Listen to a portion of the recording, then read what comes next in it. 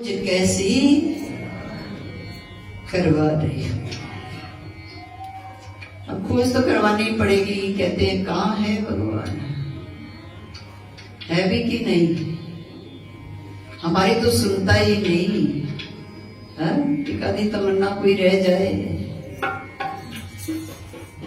कल एक छोटा सा बच्चा हिमाचल से फोन आया था और वीडियो कॉल के माध्यम से बात कर रहा। कहता है गुरु माँ, पहले तो ऐसे ही फोन किया, आप व्यस्त तो नहीं है, मेरे को कुछ नजर लग गई है। और छोटा, मेरा ख्याल 8-9 साल का बच्चा होगा। मेरे को नजर लग गई है, तो मेरी मम्मा ने बोला कि गुरु माँ से बात करोगे तो नजर उतर जाएगी। मैंने कहा आपकी माँ ने जो कहा वो गलत कहा। गुरु माँ से बात करके नजर नहीं उतरेगी। आपके भीतर जो बैठा है भगवान, आप उसको याद करो, उससे प्रार्थना करो और नजर उतर जाएगी। तो कहता है नहीं, मेरी मम्मा ने ऐसे बोला तो मैं आपको वीडियो कॉल कर सकता हूँ। अब हमें भी रहता है कि जो छोटे छोटे बच्चे जुड़े हैं, जुड़े रहे, उनकी आस्था बढ़े। तो समय ना भी हो तब भी देना है कि जो जिसने भगवान की उंगली पकड़ ली उसका जीवन सार्थक हो जाता है। तो यही समय होता है। पक्के घड़े को तो बिल लग नहीं सकते हैं। पुराने उनको समझा समझा के थक जाते हैं। वो कहते हैं, फिर भी पूछते हैं कहाँ है भगवान। तो उस बच्चे को हमने वीडियो में जब बात कही तो कहता है देखो मेरी आंखें, बड़ों को जैसे बच्चे सुनते हैं, देखो मेरी आंखें, वो ऐसे ऐसे कर रहा था, देखो मेरी आंखें चढ़ी हुई है। तो मेरी माँ ने बोला कि नजर लग गई। कुछ भी खाने को मन नहीं कर रहा है, पढ़ने को भी मन नहीं कर रहा है। वैसे तो गुरु माँ मैं बहुत पढ़ता हूँ, मैं अपनी क्लास में फर्स्ट आता हूँ, लेकिन जब से मुझे नजर लगी है तब से मेरा पढ़ने को मन नहीं कर रहा है। तो आप ठीक से देख लो जरा मेरी आंखों को। ऐसे वो बड़ी चुलबुली सी बातें करता करता, और वो फिर पूछता है कि मैं आपसे एक प्रश्न कर सकता हूं। मैंने कहा हाँ करो। बोला पहले तो आप ये बताओ कि आप इतना पूजा पाठ करते हो, इतना पूजा पाठ करते हो, अब रिश्तेदारी की बात थी ना, उसको पता है सब। तो कहाँ मिलते हैं भगवान? पूजा से मिलते हैं। कहाँ रहते हैं भगवान? अब जो सवाल उस बच्चे ने किया, वही सवाल एक राजा एक मंदिर में जाता है। बातों बातों में जब बात, अब सुनते तो आप सभी हैं, कथाएं सब सुनते हैं, सब पुराणों की कथा सुनते हैं, भागवत कथा सुनते हैं, गीता का पाठ भी करते भी हैं, सुनते भी हैं।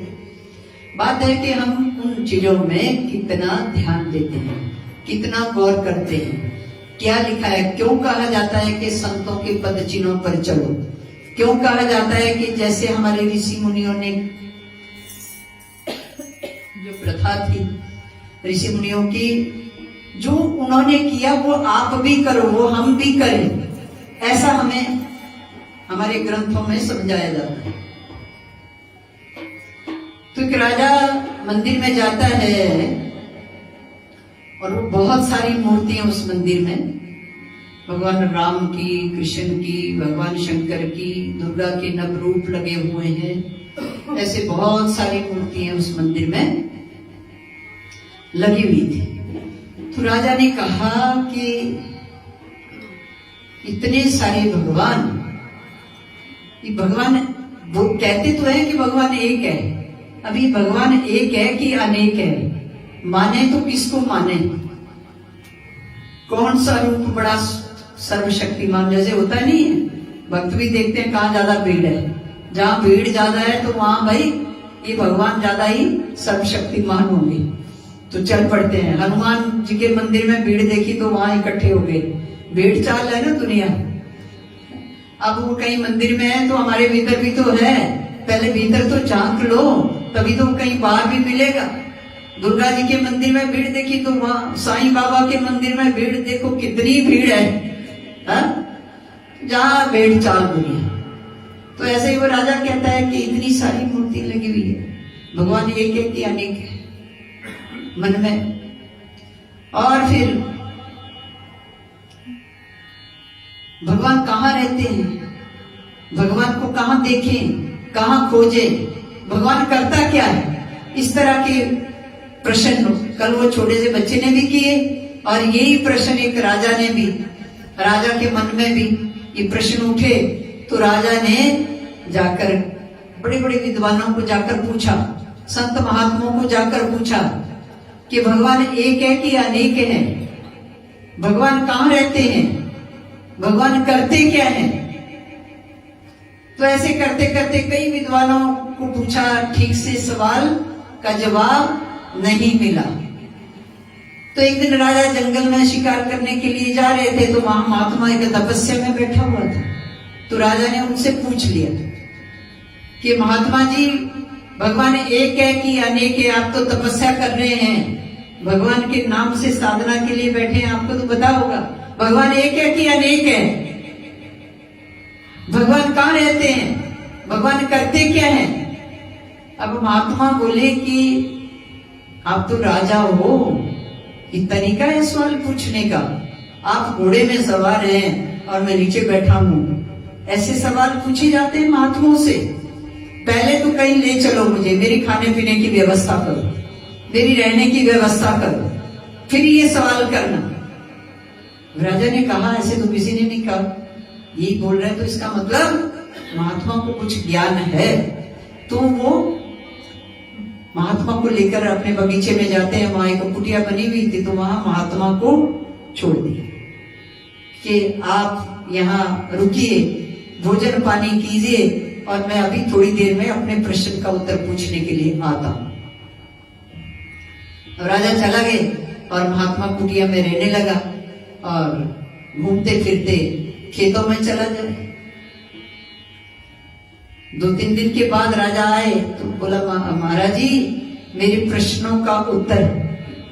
बोला, आप अकेले ही सुनना चाहोगे कि और लोगों के साथ सुनना चाहोगे। बोला, अगर बहुत सारे लोग इकट्ठे हो जाए और सब सुन ले तो अति उत्तम है, सबका कल्याण हो जाएगा। अकेला सुनूंगा तो मैं कितने लोगों को बताऊंगा। तो बोले, लोग इकट्ठे करो फिर। बोले, एकदम तो यहाँ लोग इकट्ठे नहीं होंगे, लोगों के लिए तो समय चाहिए। तो बोला, जितना समय आपको चाहिए उतना मैं देता हूँ, मैं तो बढ़िया मजे से कुटिया में रह रहा हूँ, खा पी रहा हूँ, साधना कर रहा हूँ, आप जाइए लोगों को इकट्ठा करिए। लोग जब इकट्ठे हो जाएंगे तो बता देना, फिर मैं आपके प्रश्नों का उत्तर दूंगा।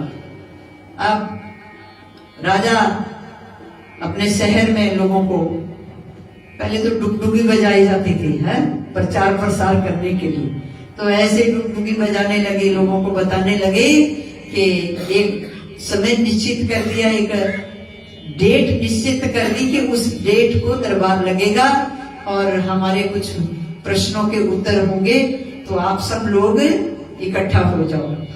अब जब वो तिथि पास में आई तो फिर राजा महात्मा के पास जाता है कि फला तिथि को हमने दरबार रखा है, तो उस दरबार में आपके प्रश्न उत्तर होंगे, हमारे जो प्रश्न है उनके उत्तर आप देंगे।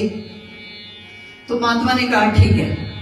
तो महात्मा प्रतिदिन खेत में जाते थे और एक किसान भाई के साथ उनकी दोस्ती हो गई और किसान को कहने लगे कि भाई मेरे को अगर आपकी जरूरत पड़े तो आप मेरा साथ दोगे। तो किसान ने कहा जी महाराज जी, हम आपकी सेवा में हाजिर हो जाएंगे जब आप कहेंगे। तो ठीक है। आज जब तिथि आ गई, एक दिन बाकी बचा, तो महात्मा फिर खेत में गए, किसान को मिले और किसान को कहा कि कल वो तिथि आ गई है, समय आ गया है आपके साथ का, अब आप साथ देना। सुन रही हो, गौर से सुनना।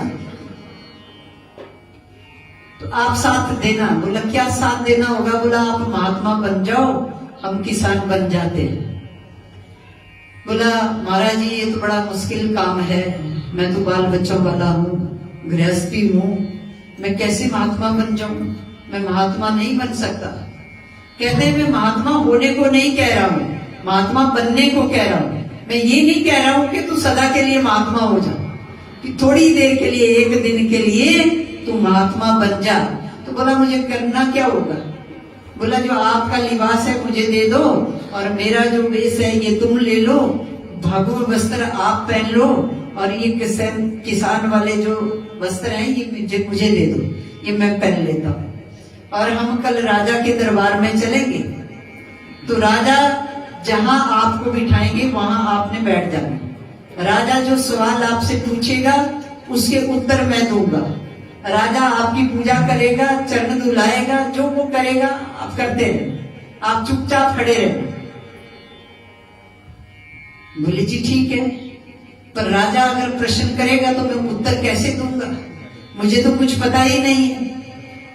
बोला आप बोल देना कि ये तो कुछ भी नहीं है, छोटे छोटे प्रश्न है, इनका उत्तर तो मेरा ये चेला भी दे देगा। आप ऐसे बोल देना, उत्तर मैं दूंगा, पर जब राजा आपसे सवाल करेगा तो आप ये कहना कि तो छोटे छोटे प्रश्न है, इनका उत्तर तो मेरा चेला भी दे देगा। अब दरबार में चला गया, उसी तरह सब प्रोसेस हुआ। महात्मा की पूजा हुई, महात्मा को आसन दे दिया गया, आसन में बैठ गए।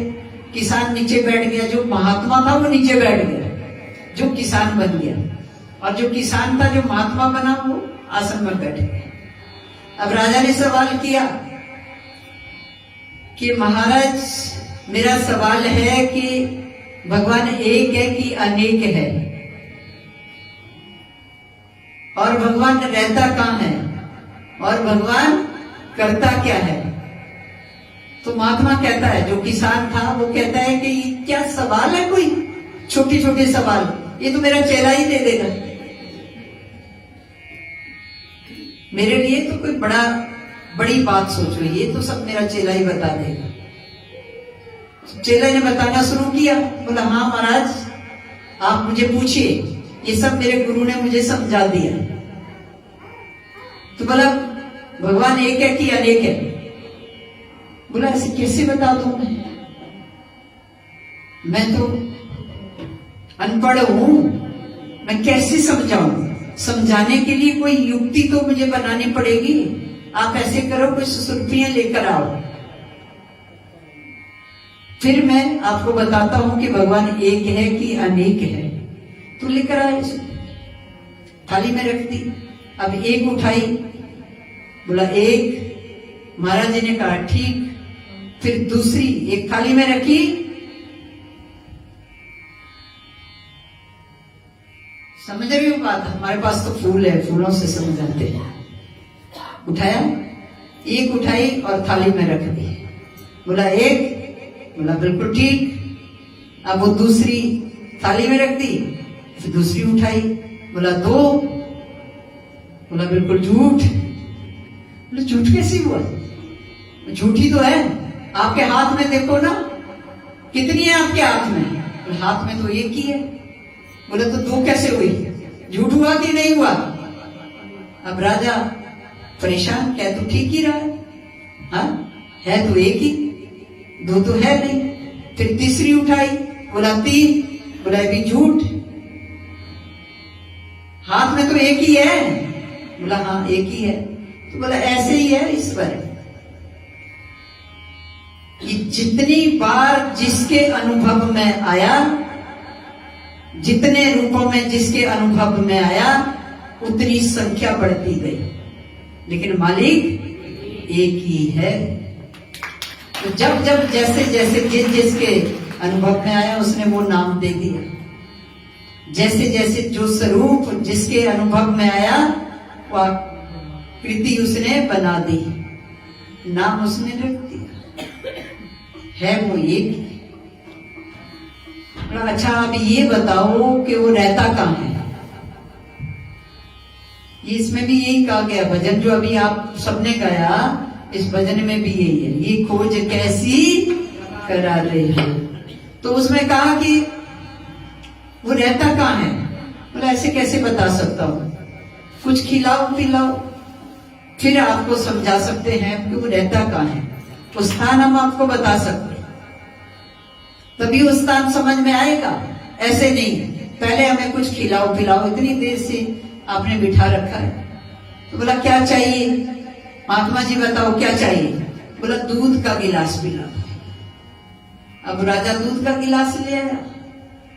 अब दूध का गिलास लाया तो महात्मा पिए ना दूध, उसमें उंगली घुमाता है। अब राजा पूछे कि क्या कर रहे हो आप, दूध पीने के लिए मंगवाया, पियो ना इसको। महात्मा उंगली घुमाता रहा। बोला आपने पूछा है। महात्मा जब उंगली घुमा रहा था तो बोला, महात्मा ने कहा इसमें मक्खन है तो मैं इसमें मक्खन खोज रहा हूं।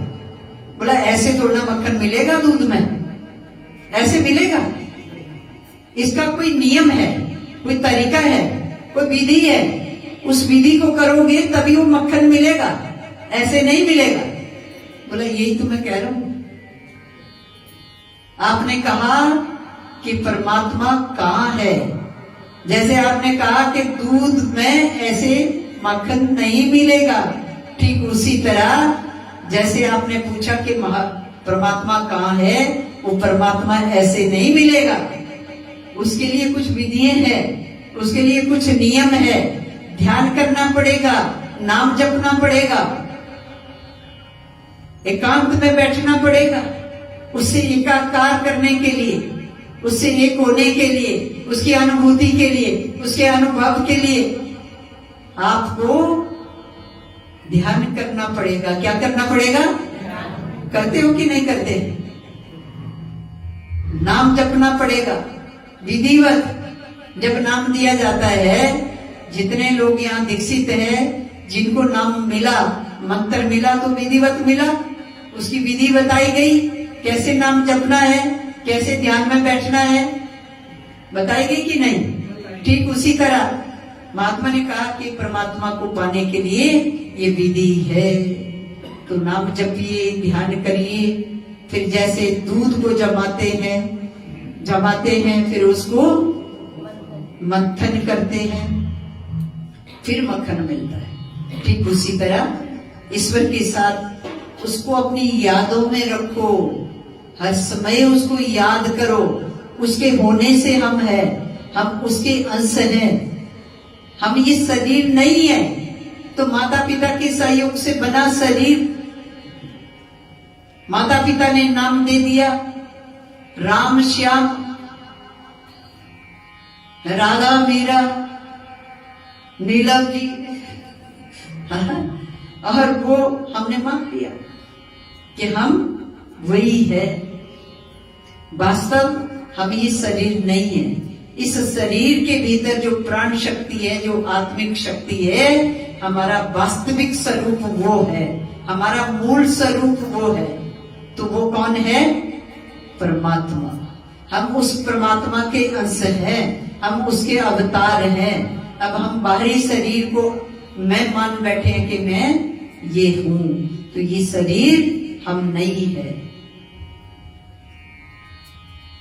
तो अब उस परमात्मा की अनुभूति करने के लिए हमें हर समय उसको अपनी यादों में रखना पड़ेगा। अभी थोड़ी देर पहले आपने एक भक्तनी की कथा सुनी, प्रेम हुआ भगवान के साथ, तभी तो भगवान मिले, तभी तो सब खिलाते थे। अब करता तो वही है, जो कुछ हम खा रहे हैं, पी रहे हैं, कर रहे हैं, कर तो वही रहा है। नाम हमारा है, इस शरीर का है, करता वही है। जब वो इस शरीर से निकल जाता है तो एक क्षण भी नहीं लगता। अब फिर राजा ने कहा ठीक है, समझ गया कि उसका ध्यान करेंगे, उसका नाम जपेंगे, उसको अपनी यादों में रखेंगे, हर समय उसके साथ जुड़े रहेंगे, तो हमें उसकी अनुभूति होगी, उसका अनुभव होगा, उसके होने का एहसास होगा, हमें अपने मूल स्वरूप का एहसास होगा। वो शक्ति बढ़ेगी, ऊर्जा बढ़ेगी, सोचने और समझने की क्षमता बढ़ेगी। नजर है, टोक है, भूत है, परेत है, तो सारी चीजें खत्म होगी। जन्म जन्मांतरों के पाप ताप संताप नष्ट होंगे। जो हमारी कुंडली में बुरे ग्रह है वो शांत होंगे। कैसे? उस विधि के करने से, उसको हमेशा याद रखना, हर श्वास में उसका नाम जपना।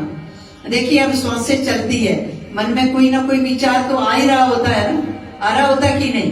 परिवार का, घर का, समाज का, पास पड़ोस का, मित्रों का, बंधुओं का, बांधवों का, नहीं कुछ ना कुछ इसकी बात तेरी मेरी चलती रहती है इस मन में। तो इस मन को समझाओ कि इस तेरी मेरी से तुझे कुछ मिलने वाला नहीं है।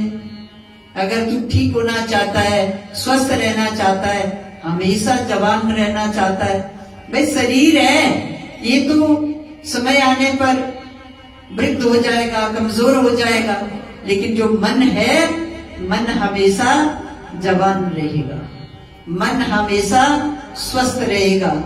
और मन में रोग लग जाए तो उसके लिए कोई डॉक्टर भी नहीं मिलेगा आपको। आज सुबह एक बेटी आई, वो बहुत पढ़ी लिखी, बहुत बड़ी ऑफिसर है, लेकिन मन में रोग लग गया। कहती है मैं क्या करूं, मुझे समझ ही नहीं आ रहा है। बैठ गई तो बैठ गई, काम क्या कर रही हूं उल्टा सीधा सब दफ्तर में पता ही नहीं चलता, समझ ही नहीं आता। मन पता नहीं कहां कहां घूम जाता है, कभी बच्चों के पास, कभी पति के पास, कभी परिवार वालों के पास, कभी अपनी चीजों में। मुझे कौन सा रोग हो गया, मुझे क्या हो गया, मैं तो पहले ऐसे नहीं थी।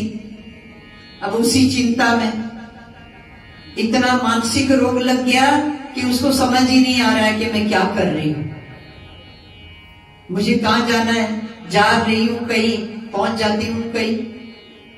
इतना तनाव, इतना डिप्रेशन, बोला अब क्या करूं।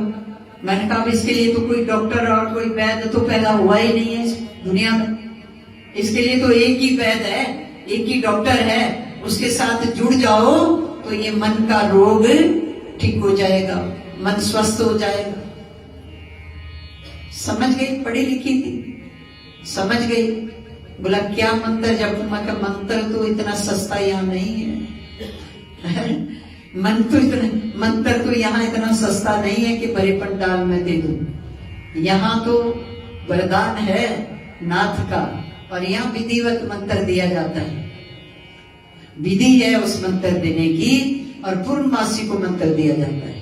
तो पूर्णमासी वाले दिन आ जाना और तब तक पंचाक्षर मंत्र जपते रहो। बोला जी समझ गई। उसी वक्त उसने मंत्र दोहराना शुरू किया। जितनी देर मेरे पास बैठी रही वो मंत्र चलता रहा और सुरती लग गई। बोला जी अब तो थोड़ा ऐसे लग रहा है कि सिर हल्का हो गया। कितनी शक्ति है उसके नाम में। सिर हल्का हो गया, सिर बहुत भारी था, सिर हल्का हो गया। मन का विचार करो, अभी कुछ ही क्षणों में सिर हल्का हो गया तो जपते जपते तो सब कुछ हल्का हो जाएगा, है जीवन सार्थक हो जाएगा। तो फिर राजा का सवाल, अभी तीसरी बात रह गई। तो राजा ने कहा वो करता क्या है। बोला राजा साहब अब आप सवाल पे सवाल पूछे जा रहे हैं, मैं नीचे बैठा हूं, आप ऊपर बैठे। इस प्रश्न के उत्तर देने के लिए तो मुझे ऊपर बैठना पड़ेगा, तब ये प्रश्न का उत्तर दिया जाएगा। तो राजा ने कहा ठीक है आप आइए ऊपर। अब राजा ने किसान को, महाराज जी को, महात्मा को, जो किसान बने हुए थे, उनको अपने सिंहासन में बिठा दिया और राजा नीचे बैठ गया। बोला महाराज अब बताओ वो करता क्या है। बोला यही तो करता है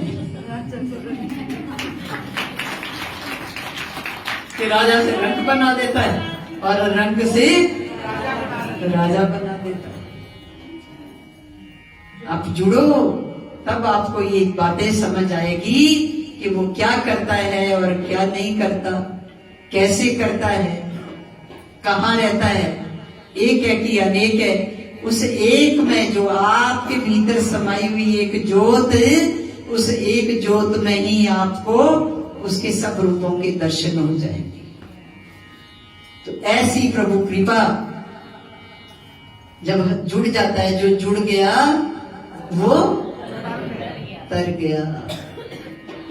तो साधना के लिए ये जो क्लास लगती है हर रविवार 4 घंटे 3 घंटे, पता चलता है 4 घंटे कब बीत गए। अभी समय देखो, पता चलता है, थकान तो नहीं हो रही है। अभी यहाँ तो मैं आपको बताऊं कि सुबह 5 बजे से वक्त खड़े सेवादार जो हैं, जो लंगर बना